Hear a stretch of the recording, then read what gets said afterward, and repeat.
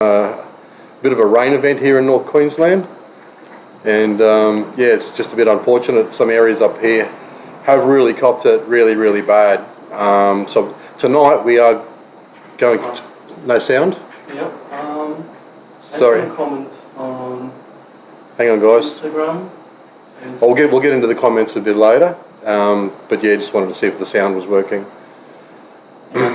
Yeah, Karen's at a meeting tonight. We've got Stephen helping us tonight. This is his first night doing the lives. He's got his training wheels on. But anyway, what we are going to talk about tonight is how this rain is going to affect these regions that have had the big rain. I'm going to talk to a little bit about Carbel. A lot of you guys do like to go and fish Carbel in Hinchinbrook. I've just come back from there. I only just got back not long ago. I've been down there for the last few days. Talk about the fishing and what's happened to the place, this, that, the other. And yeah, just have a little bit of a chat about also what these big rains do to the reef and in particular coral trout. So that's another thing we'll have a little bit of a chat about. And yeah, any basic fishing questions at the end, we'll take some questions as well. So it's been a while since we've done a live. I think the last one we were behind Cape Flattery and I was having a few bundies. And some of you noticed it, and you were trying to get GPS marks out of me. But anyway, all good. Tonight we're going to talk a bit about the Barra instead of offshore. Now this year I was really hoping to get down to Cardwell, Hinchinbrook in general. We had the big boat ready to go. We were going to go down a mothership of it for 2 or 3 weeks and actually do some barra fishing for a change. Because the last few years we've been doing other stuff mostly. And yeah, I just haven't really been focusing too much on the Barra, but it's time to have a crack at them again this year. But unfortunately, the floods and the rains saw all those plans basically come to a halt. But who knows? We might do something in April even. We might head down yet. We'll just gotta wait and see. But certainly the place is really badly affected down there. I'll just, for the guys that do like to fish Carbel, we'll mention that the boat ramp now has changed a little bit, even though they're doing the dredging there at the moment. I think that's disrupted all that. But what's happened is behind the boat ramp, out in the middle, there is now a giant rock bar. All these rocks up the top of 1 Mile Creek have come down and like all this sort of stuff, you know, and it's just piled up out in the middle everywhere. So if it's just underwater, you can hit it, and they've got it marked with 2 white markers. The ramp has been open to 1 lane while they're doing the dredging, but I'm not sure if they're closing it again or not, or what's happening. But we used the beachfront ramp this morning. We were able to put in there on about a 1.2 and 1.3, and as long as you don't get the big afternoon sea breeze coming in the afternoon, you should be right to retrieve, and as long as you've got the tide over 1.2, 1.3 once again. So that's what's happening in Cardwell. Yeah, but what happened is with this rain event, some areas got lots of rain, but not record breaking. But for some reason in that Cardwell area, there must have been some really concentrated supercells that added a lot more rainfall to the back country there and came down and wiped out some of my friends' places you never thought you'd ever see water to get into. So I've been down there, and a lot of the Cardwell crew have been down there helping him too, and he's clean out his house and shed. So yeah, there's a lot of bad luck stories down there, unfortunately, and I'd like to thank all those guys that got in and helped Naz get his place sorted. And we done a little bit the other day as well. Still a fair bit to go. The fishing down there at the moment in Cardwell is I did take a rod down, of course. Of course, I was going to have a fish. I've got both my boats sitting down there at the moment, waiting for our big trip. But the barra fishing at the moment, directly after this rain, the water has almost gone to a milky colour in places. That's how much runoff we've had, and it's there's not a lot of bait in there. There's not too many barras. And today we actually put the boat in. Today's the first day of full sunshine down there, and we actually got out to have a look around.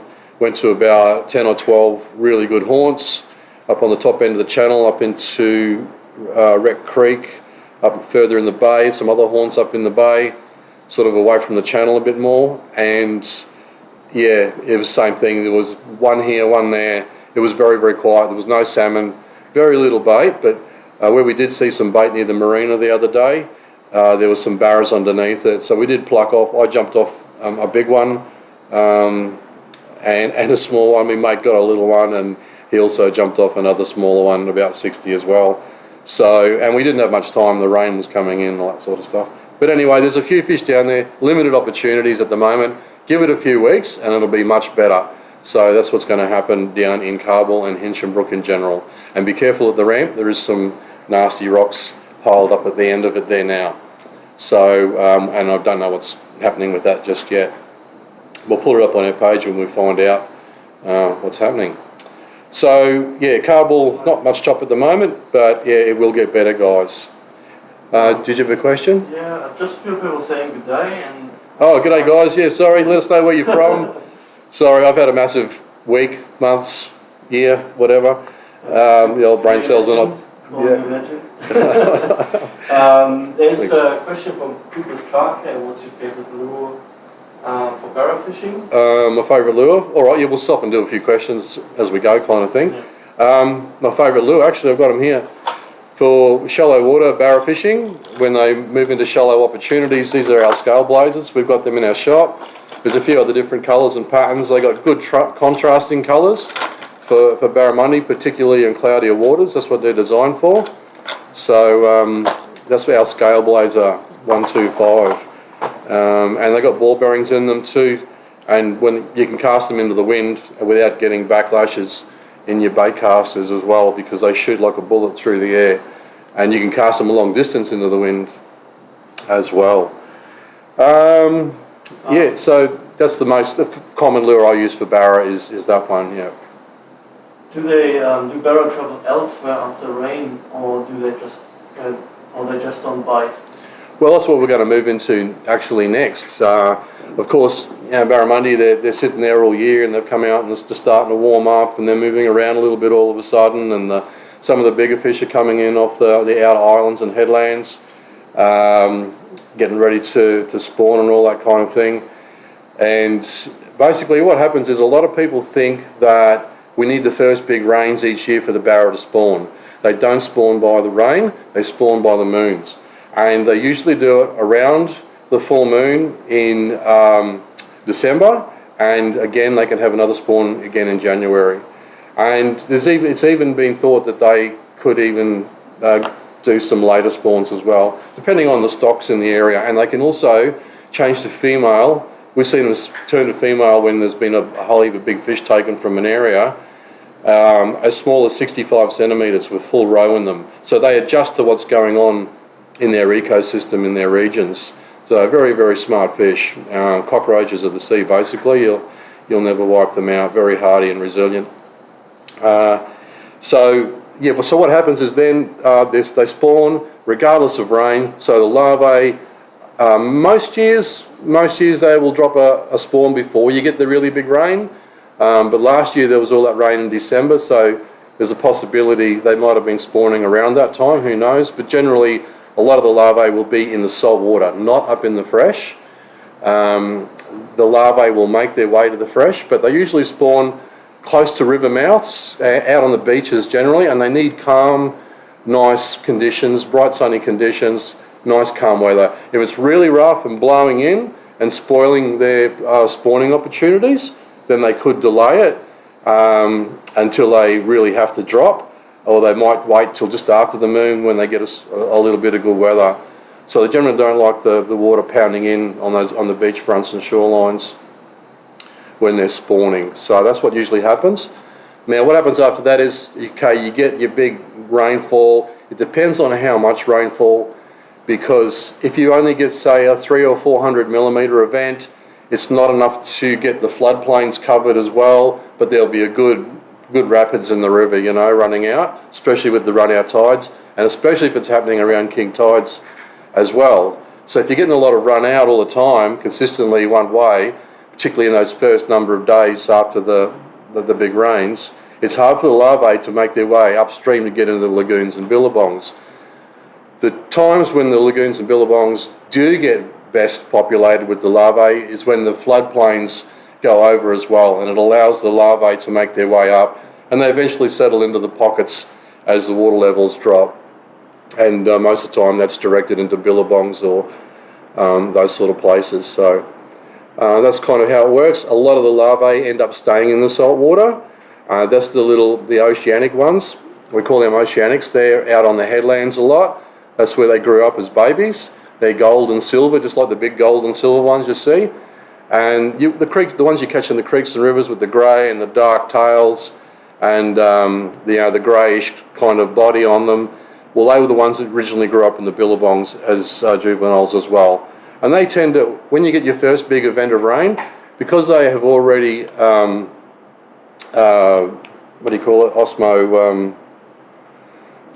getting ready from salt to fresh, osmoregulation. Sorry, it also depends on, those fish have already gotten used to osmoregulation early in their life and that kind of thing as well.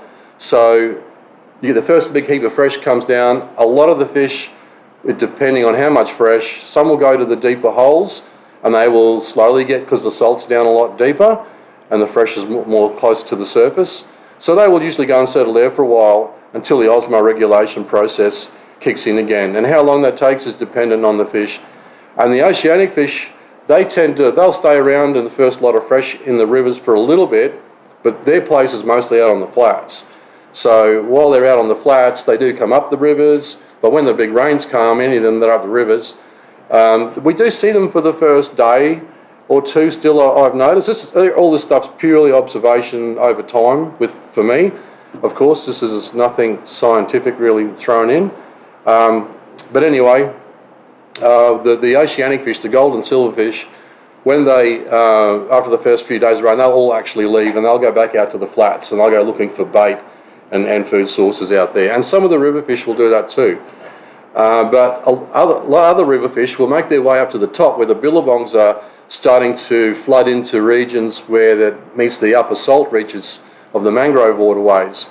And you can get junctions and holes up there where these things run in and that. And wherever you get near those features, more or less, that's some of the aggregating points. But you've got to get up there in a lot of places too. So access can be a little bit difficult depending on your region. But up there, it's mostly the river fish that go up to meet the fresh. And they're getting all the other stuff that's coming out of the lagoons and billabongs, because there's all sorts of bait fish and things up there that get flushed out too. So that's another food point, a food source for them, where the billabongs and that are draining into the river regions. The oceanic fish move out simply because in the main river, there's no bait. It all gets flushed out to sea, all your mullet, your herring. They don't like that initial push of fresh. They head out to sea as well. So that's why they all head out to sea, because the oceanics are not as good at osmoregulation, because they never had to do it early in their life. That's what I think anyway, simply because they do the bolt a lot quicker. And the river fish, the darker fish, will stay in the river. So anyway, that's how I believe it works. And yeah, don't believe the fact that barra need rain to spawn. They will not. They will spawn regardless. It's all about how many fish end up in billabongs, because the thing with up there is there's less mortality. Even though there's species up there that will feed on them, in the salt water, those gold and silver fish, the oceanics, their larvae gets fed on by things like mullet and herring, all your particle feeders and the silt lines and that, you see them filtering around. Well, those little larvae, that's what they are. They basically, in the early stages, they get mopped up by all the bait fish. But the tables soon turn though when they start growing up. Okay, so that's pretty much, we might go to any more questions there, mate, regarding that as well, or? Quite a fair bit, yeah. One was your thoughts on the burdekin after it begins to settle down? Thoughts on the burdekin after it begins to settle? It's a favourite old horn of mine. A bit harder to get into these days, but that is going to take some time to settle, and it all depends on what's going to happen for the rest of the monsoon season too, because we've still got a bit to go yet. Might not see any cyclones or major cyclones, but still a possibility of trough lines and that, because that's what I forgot to mention before. We are actually, the reason why this rainfall event is so intense, last year was intense as well, but it was further north from Cooktown to Cairns more or less. This one was more from Cairns to Burdekin, early Whitsunday areas, particularly in the Cassowary Coast, Carbal Ingham region. That's where it was really, really bad. But what happened was, with last year as well, we had the La Nina weather system, the La Nina current, which comes across the top of the Pacific. It then sends down a lot of warm water, and then it also brings a very moist atmosphere. And when it collides with the southerly flow underneath it, if it is really moist, well, and there's a lot of it coming down, well, of course you're going to get much bigger events. And that's what's happening, extreme events. And I wouldn't mind betting the next 2 to 3 years we'll see the same kind of big events. Very few cyclones, but lots of depressions on the monsoon trough, and little circulations, mini lows spinning up and that sort of thing. And that seems to be the pattern when we do get the La Nina come in. So it only came in for 2 to 3 months last year. Done a little bit, tiny bit of coral bleaching here and there, and took off. And it just came back about 2 weeks, 2 to 3 weeks. They reported La Nina back in to the northern Pacific, and then 3 weeks later, all of a sudden, bang! We've got this massive rain event with all the moisture. So that's what seems to be the trend. We're getting these short-lived La Ninas coming in, bringing the marine heat waves, as well as heat waves on the land, and bringing lots of rain and very few cyclones.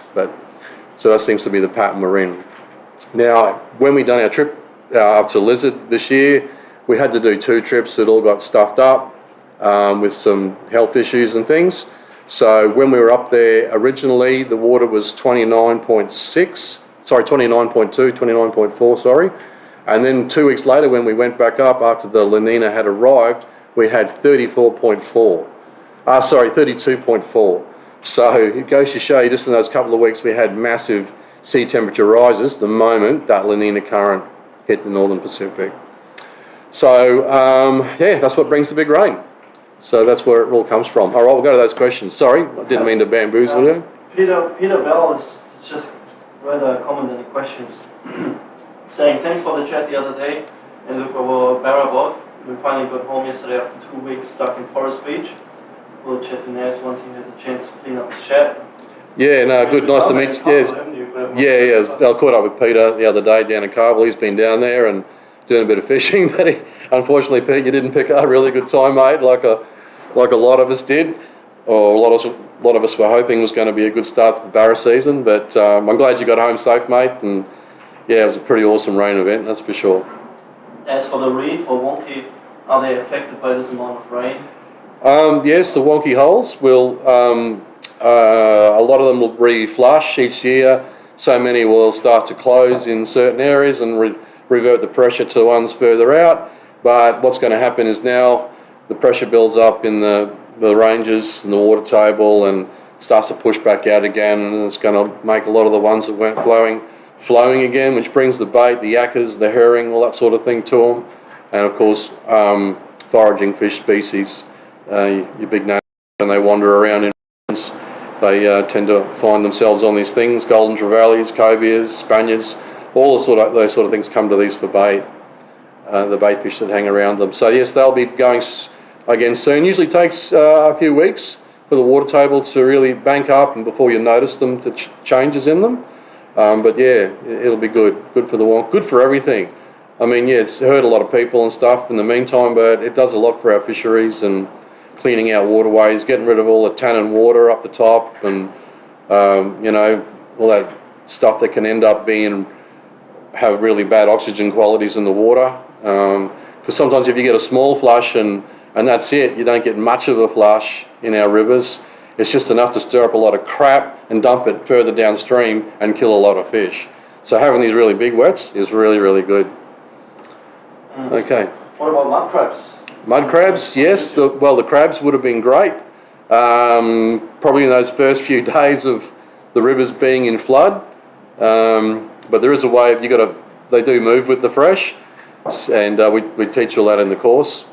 And that sort of thing. New course for those who don't know. Yeah. Oh, for those who don't know, we've got a mud crab course now. Great reviews. It's you would think anyone can just catch a mud crab by throwing some meat in the crab pot and throwing it over. That is certainly possible. But how quick, how efficient, how good do you want to get at it? And we show you some really great strategies for all sorts of situations. and tracking them down in relation to tidal run and everything. So even experienced crabbers have loved the course. So that one's available. That's one of the ones we made last year, as well as coral trout. Now we were just about to talk about coral trout too. What does all this rain do to the reef? Well, depending on the region, there are some areas where these freshwater plumes will make it all the way out to the reef, particularly up to the north here, off the Daintree and the Endeavour River. And of course with Burdekin, when the Burdekin has these massive flushes, it's even enough to reach the reefs out there. If it's really severe freshwater inundation, and it can also take silt out there and it settles on the coral, that's when you can get a bit of coral bleaching. And it's generally your plates are the ones that die off first. And the event we had last year, I'm pleased to say that some of the places up north that we reviewed are still pristine. We did find a couple of places closer to Cooktown, however, where all the plates had died. So, but all the others were fine. The staghorns and everything else were still great. It was just the plates, and they're the acroporas. They're the ones that actually die off first, and they grow first, and they actually grow fairly quick. So a few years up there, no more marine heat waves, and we'll have fantastic coral back in those regions that were affected. But we found some pristine coral still up there in all that region. We had a ball swimming on it in January. Okay. You want to do any more questions there, mate? Yeah, so kind of the similar question. Because we'll touch on coral trout in a minute. We just won't get too far in front. Yeah, different. I think like jacks and jungle perch. Like how best time and place is for jacks, but also like how jungle perch. What do they do in big floods? Yeah, well, the junglies. What do they do in big floods? Naturally, I'm sure you get the odd casualty getting flashed down as far as the salt water, but I think a lot of them head for the crevices and caves, like down in the big swimming holes, and they'll be used to that over time, like nature does. It gets used to living with all these kind of things too, and I believe they simply just must go deep and get down into the bottom of those holes, and the rapids and all that seem to go over the top and keep going down. That's the only thing they could do and the only place they could get away. So that's purely an assumption, but the junglies are always back there after the floods settle down. So that's the only place they could go, is hiding down in the bottom in the crevices and stuff. But as far as the jacks go, yeah, jacks, they don't mind the fresh, that's for sure. You'll get them in upper reaches in freshwater places as well. And the brackish part, basically salt, brackish, fresh, you'll find them the whole way if you can access those kind of places the whole way, where you go from salt right through to fresh. But at the moment, like everything else, they'll be probably looking for a bit of cover. The jacks might just tuck up in against the banks, up in the mangrove roots, while the main stream is raging. That's what it's all about. In the initial parts of these big floods, it's all about survival and getting used to the water flow. And if you're a species that doesn't like fresh water, well, naturally you're going to take off and head out to sea. But some of these ones that do like fresh, some will take a little while to get used to it, and they'll go and sit deep for a while. But if it's absolutely excessive, some of those species might even go to sea as well if it's too much fresh, even down in the deeper holes and that sort of thing. So it all works on a whole heap of different things, and how strong and how much you actually get of all this kind of stuff. So finger mark is in there too. Freshwater effect on finger mark. Yes, finger mark are one of the first ones to leave. If you only got a minor flood, so imagine the Hinchinbrook Channel, a big waterway, water as deep as 20 odd metres average in places. And if it's a smaller type of flood, in those deeper pockets of water, you'll still get finger mark remain in there.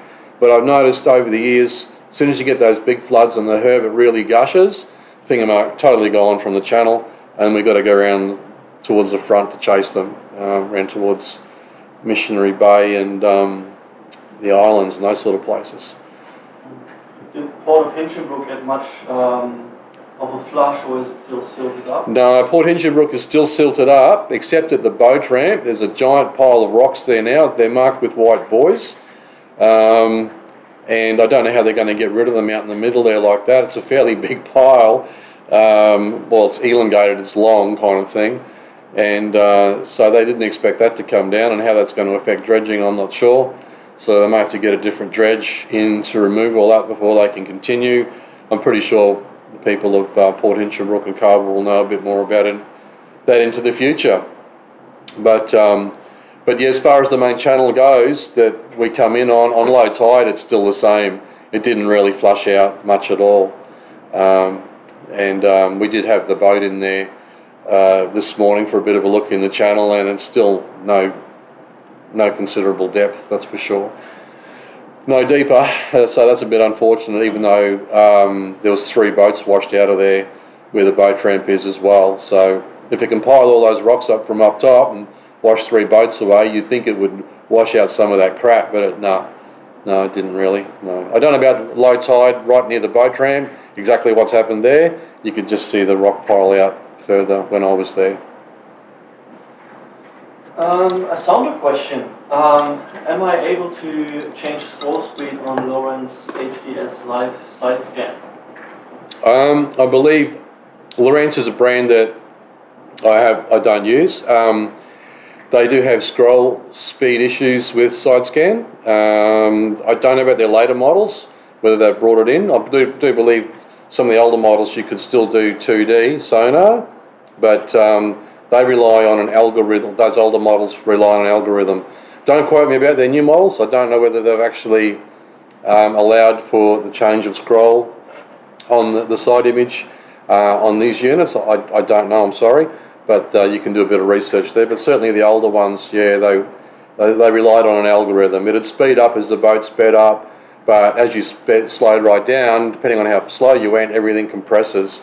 So the reason why we like to run them a little bit quicker, even when we are going slow, is to simply just elongate everything a bit more, so then it makes it a lot easier to see what's a bigger fish, what's a medium fish, and what's a small fish. If everything is very compressed, you're looking into the sonnet screens and things like that, it just makes it so much harder to see what's going on and what size fish you're fishing on. So, but they might have addressed it in their later models. I don't know, mate. We got a nice plug from Glenn Frollet for the mud crab course. Yep. He said, I was lucky enough to do the crab course and I've always done well. But the course refined my skills and has improved my catch so much so I have joined Fingermark and Sounder 2 course. And of course I will be the first for Barra Basics. Cool, mate. Thanks for joining us. I appreciate you loving the info and all that. And as I mentioned earlier, you think, oh, crabbing's pretty easy. But, you know, on the days where you fail, what did you do wrong? How could you improve that? How could you have caught your bag limit and then got off the water early and go home to the pub? Instead of crabbing all day and all night and still scratching around to catch a few crabs. So that's what the course does. It's got a whole heap of structured strategies, shows you where to be when on different tidal movements and looking for these different habitats in the creeks and rivers. We've got that kind of same framework for... We've got a framework for that as well, just like our... Barra Basics as well, which is also on sale soon. So when he said oh yeah, well that's it. For Barra Basics, we've got Yeah, well Barra Basics is on. This is why we do have these lives, of course, because we also like to mention. Well, we're not doing giant course releases anymore, where we do all the courses at super discounts. That was all through COVID and everything. We just can't afford to keep doing that. So we've backed that off now. We're just going back to 1 course a month on a sale. So that's why some of these courses may only come up once a year or maybe twice on sale instead of 5 or 6 times. So that's how things have changed in the way we do things, because there's a whole lot of work involved doing it the other way, and because we're building new courses and other stuff this year again as well. It's another work year. We've just got to work a bit smarter as well. So that's what's happening. Barra Basics on sale, $200 off. We're only taking in 70 students. It's only February and September when it comes out, so it's the 14th to the 20th of this month. In February. And, it is February, 14th to the 20th. You can tell the sun got me today. 14th to the 20th of Feb this month, and so 70 students only. If you'd like to get on the wait list, you can go over to RyanMoodyFishing.com, go to courses, scroll down to Barra Basics, put your name on the wait list. for all those watching on Facebook, there's a link in the description as well. Yeah. Must be somewhere down there. There'll be a link in the description for the guys on Facebook where you can get there, and you also get a free Barra cheat sheet kind of thing as well. So yeah, basically, and also with Barra Basics this year, that course is now 10 years old. I have added a little bit of new stuff in there, some new sounder stuff and bits and pieces, but I'm going to be redoing the conceptual videos for Module 1 and 2. So I'm going to be moving some more advanced stuff into Module 1, which is some of the stuff we chat more about in the webinars rather than in the actual course. But we do have an advanced section in the course with a number of videos explaining how I catch big barra in the middle of nowhere on certain types of current lines and bits and pieces off the surface, even if it's 10 metres of water. So that's the kind of stuff that's in the advanced area. But Module 3, 4 and 5 is all about shallow flats and headlands, how they work. Module 4, creek rock bars. Module 5, deep holes, ledges and snags. So that's large tides, medium tides and small tides is how that part of it works. And then we've got bonus videos, nighttime, impoundment, and all the advanced ones as well. But yes, there'll be some changes to Barra Basics this year. Going to refilm some of the earlier videos, Module 3, 4 and 5, when we get the chance. That's what we were supposed to be down there doing now. Because we're going to use drone, back in the early days we never had drone opportunities, that sort of stuff. So we'll be redoing them and refilming some of those videos over time to the way we do it now. So yes, Barra Basics, jump on guys if you want to take your barra fishing to the next level. We've got heaps of reviews, testimonials over there. You can go to the site and have a look. Don't take our word for it. All our courses help people immensely, and you become a much better fisherman. And basically, you just run with it yourself after that, and improve. Some people improve out of sight really, really fast. Okay, any more questions there, mate? Do you want to? Yeah, heaps. Yeah, that's probably heaps. But while we're on Barra, yeah. There's a question: have you ever used mud cod for Barra bait? If so, how would you rig them? Mud cod for Barra bait is generally used by those guys that kind of fish the fresh and brackish water areas of some regions, because they catch their mud cod nearby, because they get them in the fresh. So it's not something I've really done, mate. I've mostly fished saltwater, and of course, mostly a lot of lure fishing. But in the early days, I've done lots of live baiting, and a lot of that was just with mullet and legal size whiting and all kinds of things. Feather brim. We used to use a big mud herring, all sorts of stuff. During that time of year, barra not that fussy. Although your mullet species are certainly up there with being the best and the quickest and easiest to obtain. But sorry, mate, I can't